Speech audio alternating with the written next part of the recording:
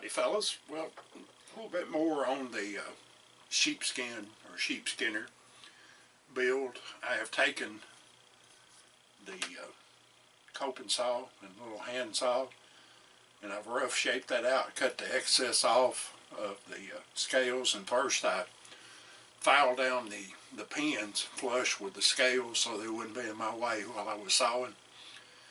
And I've got it to the point now I'm ready to start using one of the few pieces of machinery that I use to actually build a knife, and that's this Harbor Freight 1x30 inch belt sander. Got a 80 grit belt on there, and I'm not going to film the actual grinding off of the excess on the scales because it makes so much noise. Not only do I run the belt sander, it's not that loud, but I use a pretty powerful shop vac that I hook to the dust port on this thing. Kind of help keep the dust down back here, because if you were here with me you'd see all the little particles of sawdust before I started using the belt sander. It's just from me using other tools and getting dust everywhere. So I'll get that taken care of and give you a little bit more of a close-up of it, what it looks like. You can't really see the curl in the maple just yet. That'll kind of come out some when I sand on it a little bit.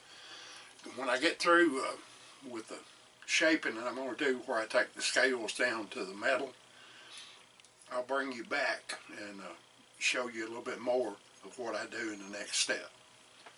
Okay, we got the blade shaped down, or excuse me, the scale shaped down to the blades you can see on both sides.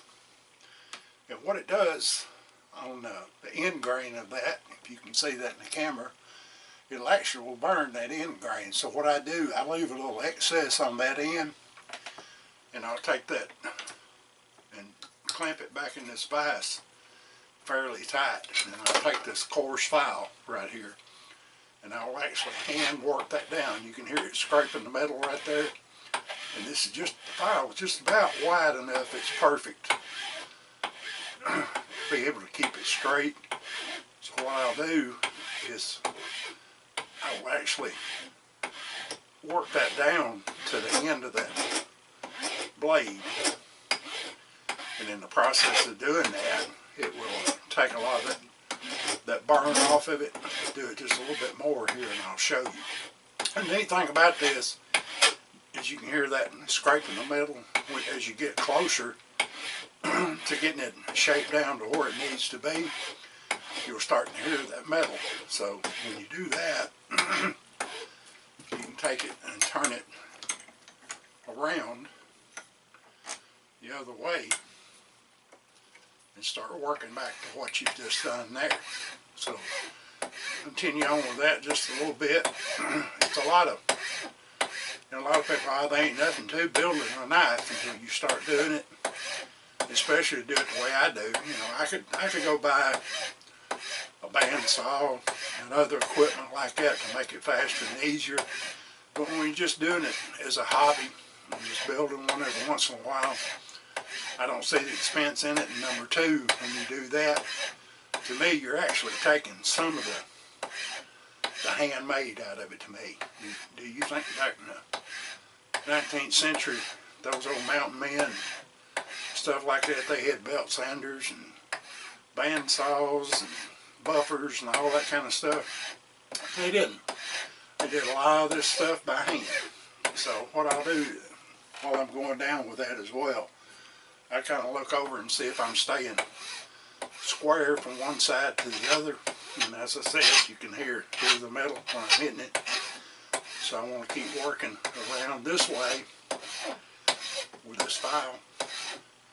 It'll take some time. I'd say I'll probably wind up at least 30 minutes or more in this, and I'm not going to film all that. I just wanted to show you that part of how I get to the end result, which we'll show later on in another video. So what I'm going to do now is I'm going to show you where I've started taking a lot of that burned off of it. You can still see some of it, but I'm not all the way down to the metal.